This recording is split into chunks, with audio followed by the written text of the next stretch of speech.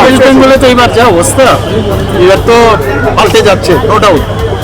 মানে আমাদের 2018-এর ইলেকশনের সময় আমরা বলেছিলাম চলো পাল্টাই, আর এবার চলো পাল্টাই ওয়েস্ট বেঙ্গল হচ্ছে। শিলচরে বিজয় সংকল্প, রাজদীপ রায়ের নির্বাচনী প্রচারে ত্রিপুরার মুখ্যমন্ত্রী মানিক সাহা।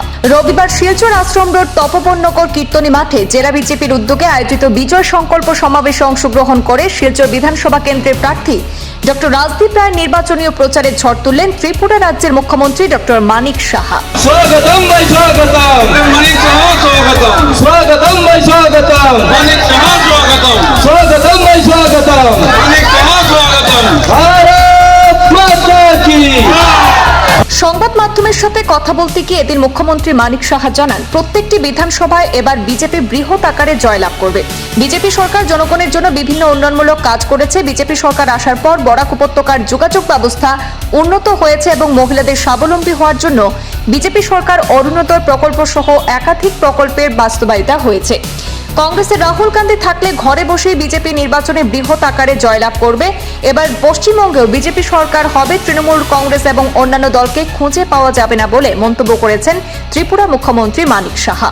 বিজেপি সরকার জনগণের স্বার্থে কাজ করে যাচ্ছে। রাজদীপ রায় শিলচর বিধানসভায় জয়ী হলে বিভিন্ন উন্নয়নমূলক প্রকল্প হাতে নেওয়া হবে বলেও জানিয়েছেন ত্রিপুরা মুখ্যমন্ত্রী মানিক সাহা। তিনি আরো বলেন, আগামী 3 তারিখে শিলচরে আসছেন মুখ্যমন্ত্রী নির্বাচনী প্রচারে অংশগ্রহণ করবেন এবং আগামী 7 তারিখে গৃহমন্ত্রী অমিত শাহ রাজদীপ রায় নির্বাচনী প্রচারে রোড শোতে অংশগ্রহণ করবেন বলেও জানিয়েছেন মুখ্যমন্ত্রী মানিক সাহা। আপনারা সবাই জানেন রাজদীপ রায় উনি এমপিও ছিলেন এই শিলচরের 7টা বিধানসভার।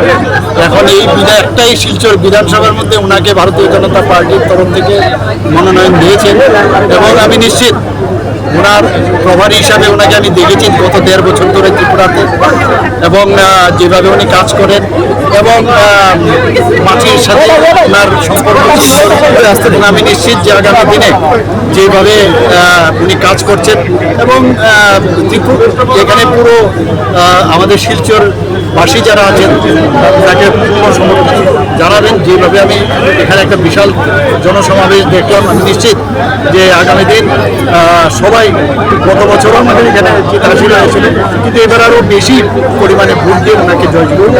আসলে তো এবার টাইম হচ্ছে ভারতীয় জনতা পার্টি পজিশন খুবই ভালো এবং আমাদের ডক্টর হিমন্ত বিশ্ব শর্মার লিডারশিপে যেভাবে কাজ হচ্ছে নতুন করে এখানে ভারতীয় জনতা পার্টির সরকারি।